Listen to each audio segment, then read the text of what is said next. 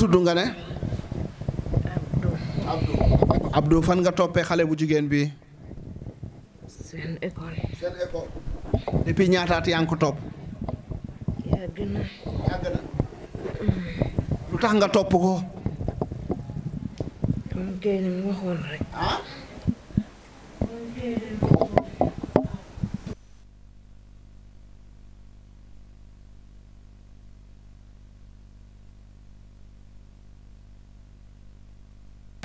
wax dëgg la. day wax lu ko neex. day wax lu ko neex.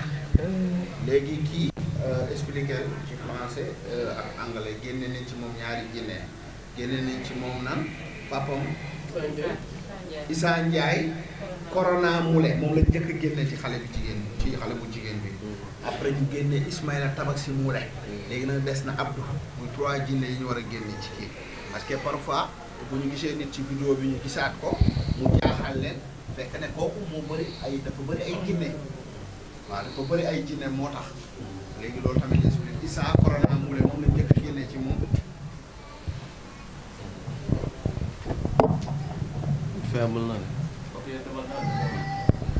Chers internautes, chers téléspectateurs, des fois vous voyez une personne maintes fois ici parce que tout simplement la personne est tout simplement possédée par plusieurs djinns. Parce que cette fille, par exemple, devant moi, était possédée par 3 djinns. Parce que le marabout a eu à sortir le premier djinn qui s'appelait Issa Ndiaye Moulé. Issa Corona Moulé. Et vraiment, aujourd'hui, il a pu sortir Ismaïla Tabaski Moulé. Et ça reste un autre djinn qui s'appelle tout simplement Abdou. Donc vous voyez, une personne peut être hypnotisée ou bien possédée par plusieurs djinns. Maintenant, ce qu'on va faire, c'est essayer de tout faire pour sortir Abdou. Donc c'est ça, c'est du rôle, c'est du ressort de Thierno Moulé Sow, le Khalif général des djinns, qui va tout simplement faire ce travail. So ladies and gents, you can see a person every time in this very house because this very person is really hypnotized or is only possessed by many jinns, because you see this very lady in front of me, was possessed or by 3 jinns, and still 1 jinn is remaining in her body, and this jinn's name is Abdou, because the marabout made out 1 jinn for the first time, whose name was Issa Corona Ndiaye. Yeah, Issa Ndiaye Corona, that was the first jinn. And today he made out another jinn whose name, is Ismaïla Tabaski Moulé. But another jinn is still remaining in the body of this very lady, and his name is Abdou. Then the marabout, Thierno Moulé Sow, who is so powerful, who is the king of the kings, the Khalif General of the jinns, will do his best to remove this jinn, from the body of this very lady, and this lady will be at ease once for all. So stay with us on TMS TV and see what will happen.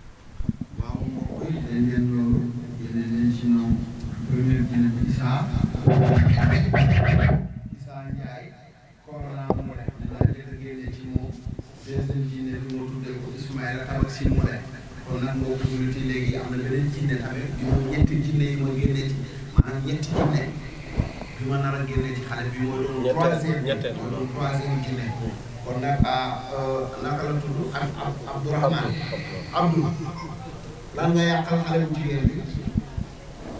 bëri na. lu mel na. ma doon téye wërsëgam. yaa téye wërsëgam. ñun ñi fi nekkoon ñoo doon téye wërsëgam. maanaam yow xam nga ne instant bi da ngay génn ci moom. yéen a téye wërsëgu xale bu jigéen bi. léegi nag xale bu jigéen bi lan ak lan ngeen ko gën a yàqal ci àdduna. bëri na. lan ak lan nga ko gën a yàqal. ñoo ko tere am liggéey bu baax. ak lan. ñoo ko doon yàqal jàngam. tere ko am jëkkër. ak lan. nu mu xiibonee nii ak nu mu mel nii nag yéen la. maanaam yéen a ko tere am jëkkër, yéen a ko yàqal jàngam. daal yéen ko topp yàqal. yow lan nga gën a mën sa àdduna Abdou.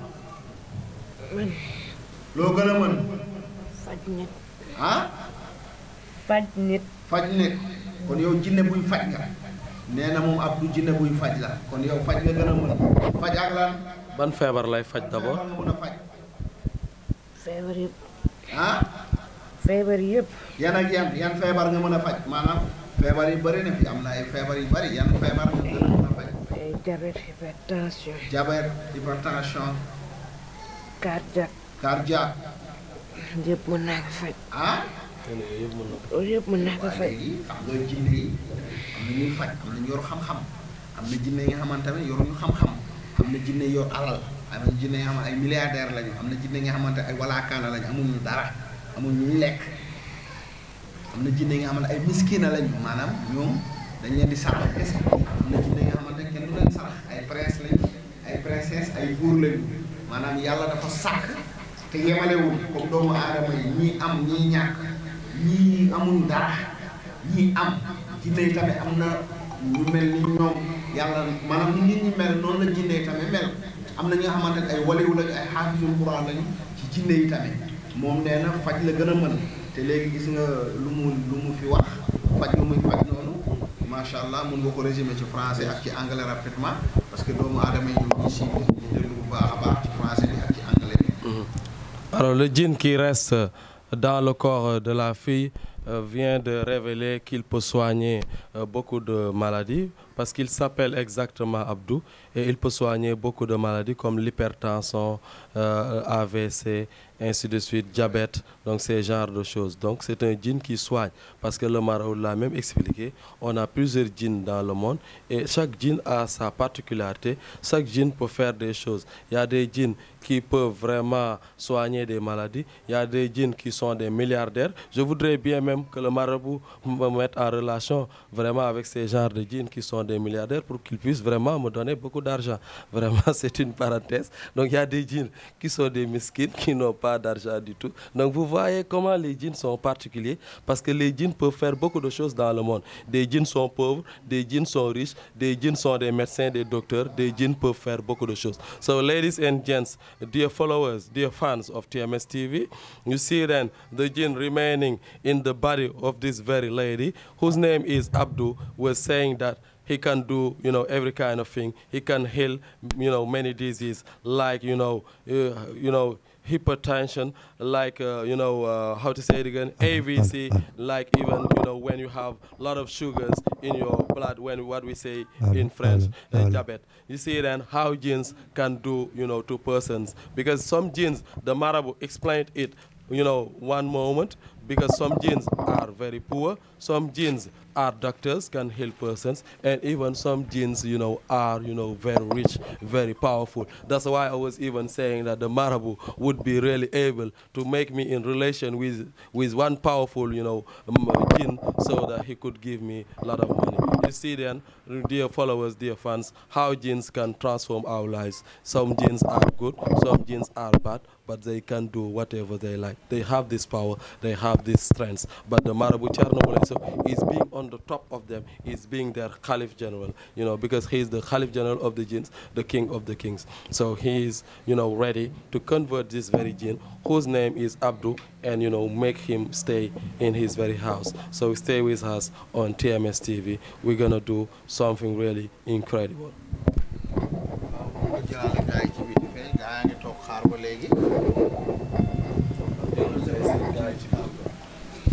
ñi ñaa ngi toog di xaar mbokk yi liggéey bi yéeme. dafa yéeme dafa xaw a yàgg. dafa yéeme dafa yàgg aussi. si nga mbooloo maa ngi toog noonu ci biti mbooloo maa ngi toog di xaar boo nekkee ci jinne foog nga pare ci moom doo ko jël ñeneen ñi. mbooloo maa ngi fees dell ñoo ngi toog ci biti noonu léegi nag macha allah moom jinne bi nee na moom professionnel am mooy faj dafa mën a faj. waaw léegi moom bu ñu ko jàppee aussi dina nekk comme yeneen jinne yi faj fii. parce que am nañ fi ay taalibe jinne yi nga xamante dañuy faj. moom it dana bokk ci ñooñu. ñuy faj. waaw. faj ak lan nga mën. faj ak lan nga mën. mën naa defar tamit. mën naa defar. mën nga defar loo mën a defar lu ñuy mën a defar dafa bari. mën naa defar ku amatul dara. ku ñu liggéey amatul dara. mën naa la delloo sa xaalis. waaw loolu tamit am na solo da ngay gis ñi nga xamante dañu am wërsëg ku ñu tàggaleeg sagom aussi ku dof ak lan bëri na waaw moom sax waxoon na ne ñoom ñoo téewoon wërsëgu xale bi. ok tere ko liggéey tere ko am jëkkër. ok léegi kon macha allah xale bi boo ko génnee nga delloowaat ko ngeen delloowaat ko wërsëgam léegi nag kon ñu tuubal la bés ni ki tey nga nekk suma taalibe nga may liggéeyal loolu noonu nga wax yëpp nag aussi boo fi nekkee nga liggéeyal ma loolu ci nit ñi ci jaamu yàlla yi doon suma taalibe comme yeneen jinne yi parce que jinne bu ma jàpp su ma la tuubalee boo nekkee ak man da nga may liggéeyal parce que mënoo nekk ak jinne du la mun a jëriñ dara tamit loolu tamit amul njëriñ waaw non loolu wax naa ko ba pare comprendre nga boo nekkee jinne dafa la war a mën a jëriñ maanaam di la liggéeyal parce que doo ko jàpp tey ñii ñetti jinne yooyu moo leen doon sonal léegi nag njaaxale bi ñu am ba indi kii ñetti jinne yooyu tere leen nelaw tere leen am jàmm léegi bu ñu ñëwee fii man damay téye jinne yooyu te man du ma teree am jàmm man du ma teree nelaw kon doole yemul yàlla mooy maye macha allah kon nag ñu tuubal Abdou ñu tuubal ko dugal ko ci lislaam macha allah mu nekk ci kër gi bàyyi xale bi may ko jàmm ak salaam n'est-ce pas lépp loo leen ko yàqaloon ngeen delloowaat ko n'est-ce pas mu am jàmm d'accord ok kon waxal yow jullit nga wala doo jullit léegi lu tax nga tudd Abdou te nekkoo jullit xamoo nee na xamul kon waxal ashhadu an laa ilaha illa allah ashhadu an laa ilaha illa allah wa ashhadu anna muhammadan rasulullah wa ashhadu anna muhammadan rasulullah abduhu wa rasuluhu bés ni ki tey tuub naa dugg naa ci diine lislaam waaw bii nag mooy ñaareelu jinne yi ñu tuubal ci xale bi ci léegi ci tey foog mu leer génnee nañ maanaam tuubal nañ fi ñaari jinne génnee benn bi bii la ñu bëgg génneewaat loolu tamit foog mu leer ci ñiy seetaan maanaam ñoo ngi ci deuxième partie troisième jinne bi ñu war a génnee ci moom première partie bi génne woon nañ ko ba mu fi njëkkee ñëw deuxième partie bi deuxième jinne bi génneewaat nañ ko bii mooy troisième jinne nag bi ñu war a génnee ci xale bu jigéen bii nii bii mooy ñetti jinne bi mooy ñetti jinne 3 jinne ñëwal. Donc c'est ça. Nous allons tout simplement, je veux dire, quand je dis nous, je parle du marabout Thierno Moulé Sow, qui a ce pouvoir. Il va tout simplement sortir le troisième djinn du corps de la fille. Donc ce troisième djinn qui s'appelle Abdou et qui peut faire beaucoup de choses, qui peut soigner des gens, qui peut tout simplement remettre à une personne vraiment, comment le dire encore, son avenir. Parce que quand une personne est un peu bloquée, quand une personne n'arrive pas à avoir du boulot, quand une personne n'arrive pas à s'épanouir dans sa vie, donc ce djinn a la puissance de le faire. Donc ce djinn va tout simplement être converti en l'islam. Ce que vous devez comprendre, chers internautes, chers téléspectateurs, c'est que c'est le troisième djinn qu'on va sortir aujourd'hui. On a eu à sortir aujourd'hui le deuxième djinn, donc qui s'appelle donc Ismaïla Tabaski Moulé, et le troisième djinn qui s'appelle Abdou sera converti en l'islam et on va lui donner un autre nom et le marabout va tout simplement le sortir du corps de la fille. Pour dire tout simplement que ces 3 djinns qui possédaient vraiment cette fille, et vraiment le premier djinn a été sorti il y a de cela longtemps par le marabout Thierno Moulé Sow. Donc restez avec nous et vous verrez la suite tout simplement. So ladies and gents, dear followers, dear fans of Thierno Moulé Sow, dear fans of TMS TV, the marabout Thierno Moulé Sow is really ready to get out the third jinn from the body of this very girl. And this third jinn's name is Abdou, because today he will be just getting out 2 jinns. He got out the first jinn, whose name is Ismaila Tabaski Moulé, because he has been converted to Islam. And then the marabout is ready to get out the third jinn, to say only that this very lady was being hypnotized by 3 jinns. You see then how it is difficult for a person to be hypnotized by 3 jinns. But the marabout Thierno Moulé Sow, the Khalif General of the jinn, will get out, the third jinn. The third jinn saying,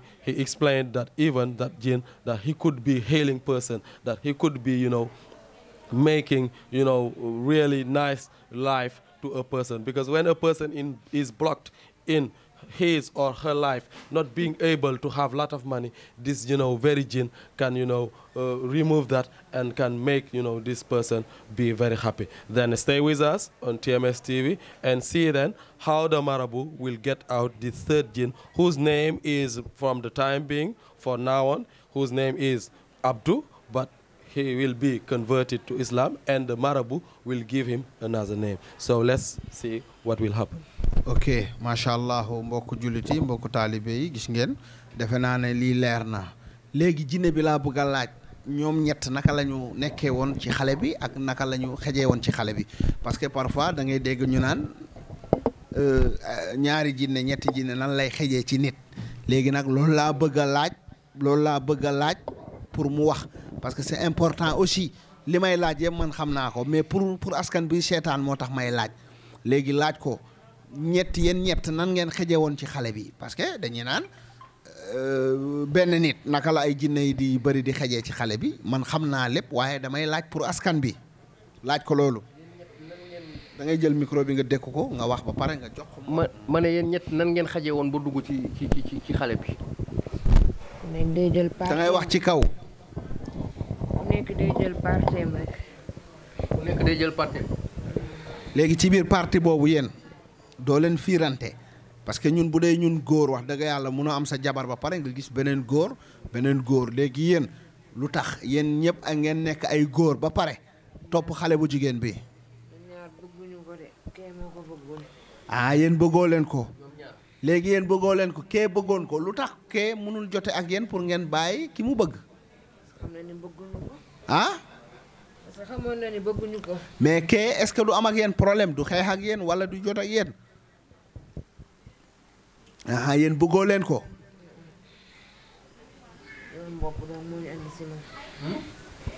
li mu am bopp dong moo ñu andi si moom. li mu am bopp daal moo leen indi ci moom. te kee da kaa bëggoon. li mu am bopp daal moo leen indi ci moom.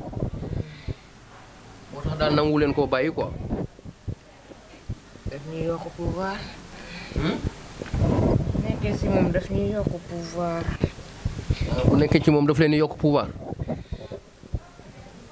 bopp moo tax waaye moom bëgg ko sax. ah moom bëggu ko. vie normale la bëgg. ah vie normale la bëgg quoi. léegi nag. est-ce que li ma leen def nii mus nañ leen ko def yéen jinne yi nekkoon ci moom est-ce que li ma leen def nii mus nañ leen ko def musuñu leen ko def léegi nag gannaaw tuubal naa la léegi bés ni ki tey da ngay ne ci kër gi nga bàyyi xale bu jigéen bi n'est-ce pas mu am jàmm léegi jinne yi jeex na walla jeexul. jeex nañ de pour le xaw ma nag. ah. ma ne jeex nañ de xaw ma nag. jeex nañ yéen ñett pour le moment jeex nañ mbokk yi dégg ngeen foog mu leer waaw man sama lépp day leer dégg ngeen nee na waaw. waaw joxaguma ko tur dama ko bëgg a enquête mu wax après ma jox ko tur léegi moom Abdou la tudd waaw Abdou pourtant sànq maa ngi doon xalaat sax tuddee Abdou jàmbaar jinne maa ngi ko doon xalaat daal pour le moment daal ñoom ñëpp jeex na. seen tuuru famille bi daw nañ keroog. seen tuuru famille bi ñoom seen famille dañu am tuur seen tuuru famille bi maanaam seen tuuru famille bi fan la nekk seen dëkk wala seen fan. seen dëkk. tuuru famille yooyu noonu dañu ñëwoon ci moom walla pour lan. ñu ne dañ koy aar tuuru famille boobu ñaata jinne ñoo fa nekk. bari nañ mais ba ñu ñëwee dañoo lu tax ñu daw. yaramu xale bi daf leen di lakk. yaramu xale bi daf leen di lakk. ah waaw. waaw mu wax ci séeréer. waaw loolu tamit am na solo c'est important waaw mu wax ci séeréer. na expliquer lu mu gis fii aussi. nam gonle xa gawa meen kega ukmatte men de paaxo rek yaam refen a ɓise maaga yettatan o ndeɓanong bo ndiik a ɓise hôpital a ɓise no Serigne we na mbaƴayo bo ren da i ndetoyo maaga nda a tane anga bo i mboge naga yo rek te ɓaatu commencer a jega ten ma i ndetna sax xaga sax bom lay ka jamba in yaam ka lay o xene ka xoole i leyne ndika ando naye ba ande tig ande tig ten nama waagu andit tig te leyame o genanga fo o kiin a refanga xa ando naye ka tooñel a retanga o yenge ba i te o genanga fo xa ando naye ka tooñel a retanga ba gar ka fi'anang no parce que nee na dañu demoon ci benn sëriñ bi ñu demee waxtaan ak sëriñ bi ne leen kii dañ koy tooñ setul daal fekk ne jinne bi moo ko wax looloo mel na dafa mel na dëmm la dañoo tamoon kii dëmm mu nga wax léegi loolu fu mu leeree kër Thierno Moule waaw fii la leeree waaw dañoo tamoon xale bu jigéen bi dëmm xam nga loolu buñ la ko waxee fekk nga nekk ko xamante ya jega kenn anda o leyange ten soɓ o luye a o mosoona fogit ko fog kay teno yaaga ka i luye a anda i miña luye a avant i njega mbin i amo siis nda Guédiawaye i luye ogu anda ye kaaga o leyange ten ko xalata xu mosoona genit ku kene in o ngalañ i ngenu jaxaw a jega problème pour jinne fe oxoy manifester xara fiya chaque jour mbina ka kene a yoɗa xa ɓayaxe a reta a gara a leya a jega temps etan le moom bo leyoguma fo ten ka doono gam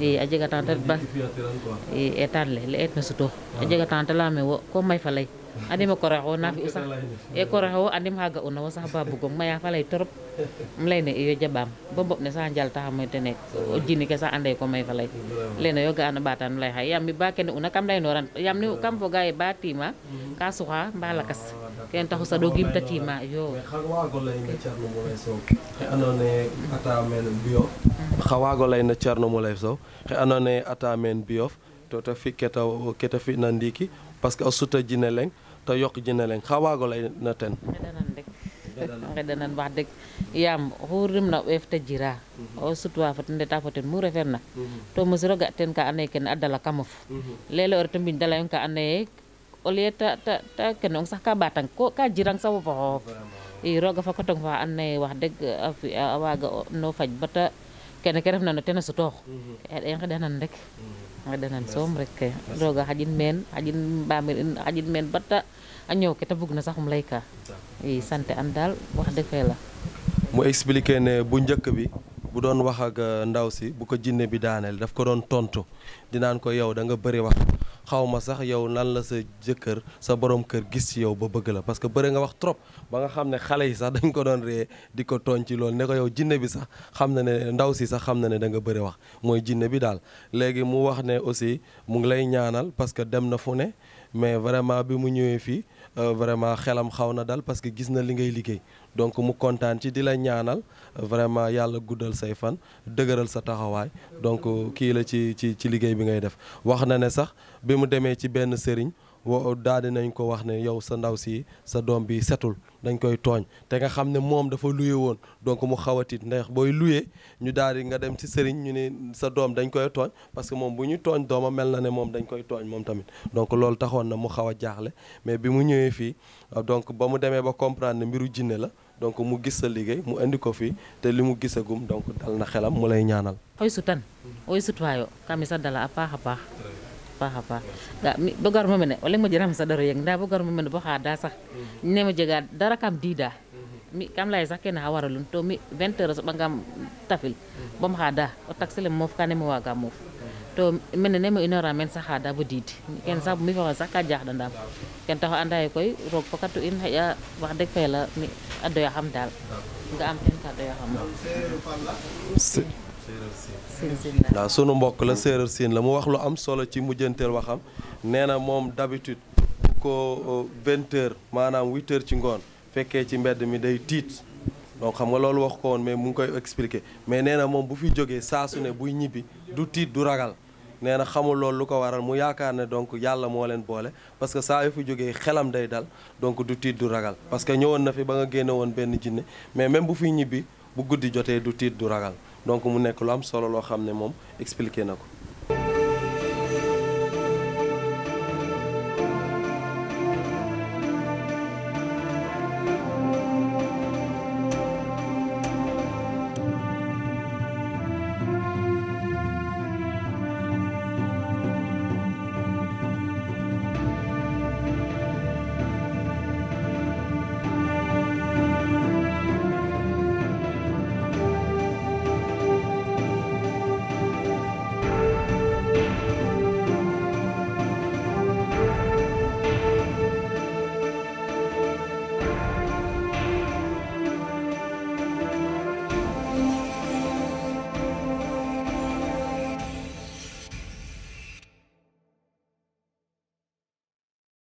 quand le djinn sort du corps de la fille, la fille vraiment reprend vraiment ses formes et vraiment se refait santé. Donc vous voyez comment la fille est calme parce que vraiment elle était possédée par lu mu njëkk a laajte mooy fulaar bi parce que instant bi nit kaa fi ne sànq faalewul fulaar parce que du woon nit jinne la instant bi nit ki moo nekk moo tax ba mu njëkkee jóg dafa laaj boppam xam nga jigéen ñi duñu bëgg kenn gis seen bopp en général moo tax daf ba jinne bi génnee rek ba jinne yi génnee fulaar la njëkk a laaj pour boppam expliquer loolu donc le djinn est sorti de son corps quand elle est redevenue elle-même. Elle a tout simplement demandé son foulard. Vous avez vu l'action. Elle a demandé son foulard à sa petite sœur. Parce que maintenant, le djinn est sorti. C'est la personne qui est là. Et certaines femmes ne veulent pas que leurs cheveux soient tout simplement dévisagés, que leurs cheveux soient vus par les autres personnes. C'est pourquoi elle a demandé son foulard. Mais ne peuvent pas comprendre ce qu'elles ont eu à faire. Mais cette personne, cette demoiselle, cette fille a eu à comprendre que les djinns parlaient en elle. Elle nous a même expliqué que 2 djinns sont sortis vraiment de son corps, ce qui est vraiment exact. Mais certaines personnes peuvent venir ici, faire des grimaces, faire n'importe quoi, mais ne pas savoir qu'elle faisait donc des actions. Parce que des fois, le djinn peut t'hypnotiser, peut te posséder et ne pas te faire comprendre ce qu'il est en train de faire. Mais cette personne assez particulière, cette fille assez particulière qui a été hypnotisée par 3 djinns et un djinn a été sorti par le marabout Thierno Moulé Sow, a pu comprendre que 2 djinns sont sortis aujourd'hui. Donc vous voyez, chers internautes, ce qui s'est passé aujourd'hui. So ladies and gents, dear followers, dear fans of TMS TV, this very person, this very girl whose name is Aissatou has just explained that 2 jinns, has got out from her body. Because you can know that, dear followers, that maybe some persons can be possessed, can be hypnotized by some jinns, but sometimes they don't know what has happened. But this very lady, who is a little bit so clever, or who has the power to understand what jinns are doing, just knew that 2 jinns has got out from her body. She even explained that 2 jinns got out from her body because she understood what was happening, because the jinns was using her minds to talk. You see that? Some person can be hypnotized by jinns when they come to the house of Thierno Moulé Sow. They can do whatever. They can do every kind of actions, but not being able to know what they were doing. Sorry, but this very lady, did understood that she was, being hypnotized by jinns. That jinns was using, her hands, her mouth to talk. So you see that she is being really calm, understanding what has happened exactly in this very house. So stay with us on TMS TV, the television showing what was here. fu mu nekk nii macha allah léegi la jóg.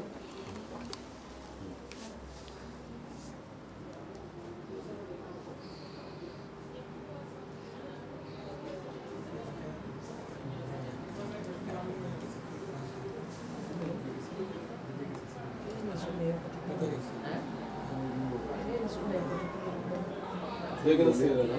waaw. lenn suuf bi moo des tuuti rek mais li muy diwoo jeex na.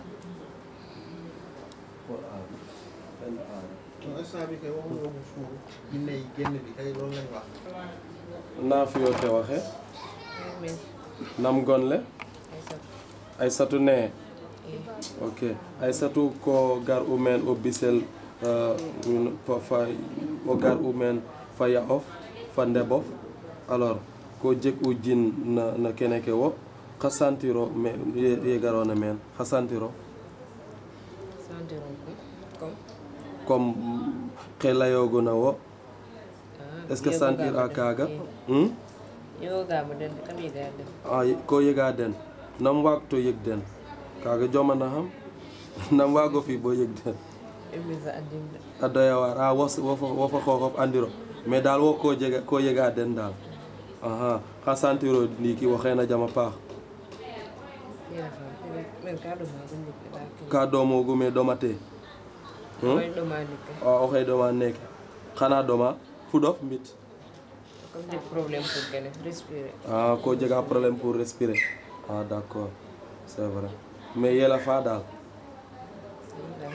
ok waaw nee na moom fi mu ne nii parce que li ma ko laaj ci séeréer sax jotuma ko laaj ci tubaab wala ci wolof parce que dama ko ne nu mu tudd mu ne moom Aysatu la tudd ma ne ko ndax yow yëg nga li jinne yi doon def mu ne man dama leen di yëg damay xool li ñu def ma ne ko man loolu moo ma jommal nan nga leen mën a yëgee mu ne ma man mii sax si sama bopp xaw ma loolu nu mu demee mais daal dama leen di yëg donc mu expliquer lu am solo mu ni moom tamit woyof na fi mu nekk nii dafa woyof mais donc yaramam day xaw a metti tuuti day am tuuti difficulté maanaam ay problème pour respirer donc loolu la wax quoi. ñoom fuñ toogoon ci moom bu ñu génnee. aussi xam nga aussi bu amoon li nekk ci yaram bi tamit bu génnee foog nga sentir benn douleur tuuti benn coono mais aussi di nga am soulagé di nga sentir oyof. mais c'est normal. jinne bu génnee ci nit foog nit ki am lu mu yëg coono tuuti. parce que fu mu nekkoon ci yow dëkk fa tey bu fa jógee vide. di génn dina am looy yëg mais bu yàggee tuuti nga gis ne macha allah yaram bi day am jàmm léegi nag nga laaj yaayam tamit lan la gis ci lii ak lan la wax ci lii parce que c'est important aussi dem nañ fu ne tamit mais c'est li ñu fi am amuñu ko fenn aussi laaj na ñu wax vraiment li ñu gis ñu wax carrément li ñu gis ci lii c'est parce que maa ngi nii war a añuma maa ngi toog génne naa bi mooy 3 jinne ci moom laa génne ñetti jinne déjà keroog ba ñu génne jinne bi dafa ne benn ndekete am na yeneen ñaar waaye bu mu ñëwaatee teewul occupé nañ ko ba def suñu liggéey dimbali ko génnee depuis suba ñi ñaa ngi toog gis nga filmer nit ñi ñaa ngi toog ne waaye ñoo ngi concentré wu ci moom def suñu liggéey nu mu waree léegi nag lan la gis ci loolu ak lan la gis suñu liggéey loolu tamit dafa baax parce que nit ki tamit bu liggéey bi sonn yow dimbali dafa laaj nga jërëjëfal ko ëllëg nga ñëw toog ziar ko kontaanal ko tamit dafa am solo parce que liggéey bi yombul c'est pas évidence maanaam du ay millions de ay milliards maanaam def nañ liggéey bu rafet tamit loolu tamit dafa baax déjà yéen ñiy wax rek yaa ngi toog saa bi da ngaa sonn parce que jonkoñ nga def nga nu ne ndax wax sax dafa métti assentement nag sëriñ buy jëflante ak jinne yi n'est-ce pas waaw loolu tamit am na solo mu wax lu mu gis parce que déjà dimbali nañ ko léegi xattali nañ ko mënuloon esprit nooy bi aju woon na ak yooyu yëpp dafa baax aussi wax carrément Thierno liggéey bu muy def nit ñi tamit di am reconnaissance bu ñu leen dimbalee ba seen aajo faju ñuy ñëw di ko apprécier tamit dafa baax parce que waaw yàqkatu der yi bari nañ mais ñoom ñi nga xamante ne jaar nañ fi ñu ñuy dimbali ñuy ñëw tamit di def ay témoignages di expliquer tamit fi ñu jaar ak li ma sonn ci ñoom tamit loolu dana tax nit ki gën a sawar bu baax a baax tamit c'est important du noonu waaw mun nga laaj jarul may guddal question bi dégg nga li sëñ bi wax loolu lan nga ñu ko mën a wax li ñi ko wax kay mooy li yéex a xam bi kay yéex a xam bi tout d'abord yéex a xam bi daal waaw comme que xamoon bu yàgg xanaa kon sax bi ni kii na bu yàgg waaw sëriñ bi nag moom dañ tey kontaan nga kontaan ngeen kontaan nañ trop moom kontaan nañ tamit sonaloon na ko trop lu nekk daj nañ ko hôpital def te fu ne dem ngeen fa def na rajo dem nañ ci sëriñ fu nekk dem nañ fa fu ñu xalaat fu ñu tegtal daal dem nañ fa léegi daal bu ñu seetaanee Thierno YouTube nag moom boo xam ko léegi nañuy waaj nañu dem ak bu ñu dem nañu dem ak bu ñu dem ci la ndekete papaam ñëw na papaam moom moo ñëwal boppam ba ci Thierno wax ak moom ci la ñëwul wax ñu ne dem naa ba ca kër ga boo xam ko léegi dem leen ci la ñu ñëwee commencé di ñëw fii waaye vraiment bañ fi ñëwee ba léegi gis nañ ci moom lu baax daal gis nañ ci lu baax. alors li nga gis fii avant ngay ñëw fii doon nga seetaan vidéo yi ak li nga gis fii loolu lépp nan nga ñu ko mën a tënkale ci Thierno Moule Sow. li ma gis ci vidéo yi daal ak li ma gis fii moom benn la man gëm naa ne vraiment Thierno yàlla may na ko. parce que même bu ñu ñëwee fii ba kii ba xam nga dañoo ñëw fii kii bi commencé couvre-feu bi. léegi après ñu toog mais léeg-léeg nit ñu wax ñu tegtal ñu fenn mais daal papaam day wax naa man daal man kee Thierno doy na ma. nañu xaar Thierno daal lii bu jeexee jàmm salaam daal ñu dem man Thierno doy na ma te vraiment bu ñu ñëwee fii ba moom ba mu commencé ak ñun li papaam doon wax ne doy na ko yëpp gis na ko confiance bi mu amoon ci moom vraiment Thierno dëgëral na ko gis na ko. léegi loolu ñuy wax ci Thierno pour terminer di ko ñaanal gudd fan ak wér vraiment ndax moom bëgg na liggéeyam parce que man li may wax li tax may wax naan bëgg na liggéeyam moom boo jëkkee dugg si boo dul kii sax di nga bëgg a reculer ndax moom boo xam du kii mais buy faj da ngay gis ni muy kontaanee nga xam ne ko bëgg lu muy def la macha allah loolu am na solo de waaw moo tax dañ koy ñaanal moo xam li mu bëgg yàlla ko yàlla defal yow loo ñu mën a wax ci la sa yaay wax léegi ah ci sëriñ bi loo ñu mën a wax tuuti ci sëñ bi rek. di ko ñaanal rek. ndax li mu faj sama mag. dama sonnoon si trop. te dem ngeen ci sëriñ bu ne. waaw dem ci hôpital bu ne. waaw te sama yaay tamit da cee sonn. waaw ñu koy ñaanal gudd fan rek. ok mais li nga gis fii tey moom yéeme na de. ak li nga daan gis ci vidéo yi. waaw mbokk yi soog a seetaan vidéo yi. waaw nga ñëwaat encore gis loolu. waaw. yéem na de. yéeme na moom. ah waaw. kon nga xam ni yàlla may na ko lu mayul kenn ci kaw suuf. waaw mbokk yi damay seetaan vidéo sax damay sax répété lu muy fajee. déet waay sëñ bi yaa ngi dégg. macha allah kon nag c'est bon defe naa ni baax na. wax tuuti rek. da nga utal nga da ngay bind génne nañ ci moom ñetti jinne. nga bind turam. bind turu papaam. waaw bu ko defee. waaw mu nekk côté bu ma la nee jiw. woo parce que tamit dem toog rek kat yi. ñetti ndax papa da lay woo rek. dem xanaa toog dama doo xam ko bu ñëwee kañ la lay jot. ah ma ne papa man na lim lay woo de te du la jot. waaw xam nga xanaa dama dul xam man. non du loolu sax. tamit léeg-léeg du lay bëgg a déranger tamit ba ci liggéey bi. waaw waaw ndax boo waxee ba ne Thierno man xam nga ban heure laa koy mën a kii. appel yi dañuy bari gis nga instant bii nii gis nga yëpp ay appel la appel la waaw. du ma leen mën a jël parce que maa ngi ci liggéey xam naa xam dama nga bañ a loolu déranger. mooy tax quoi mais bu ma enregistré numéro bu ma woowee dinaa mën a xam ne woo na ma après ma waat léegi bu ko defee dina fi jaar. waaw dégg nga dafa ñëw sax.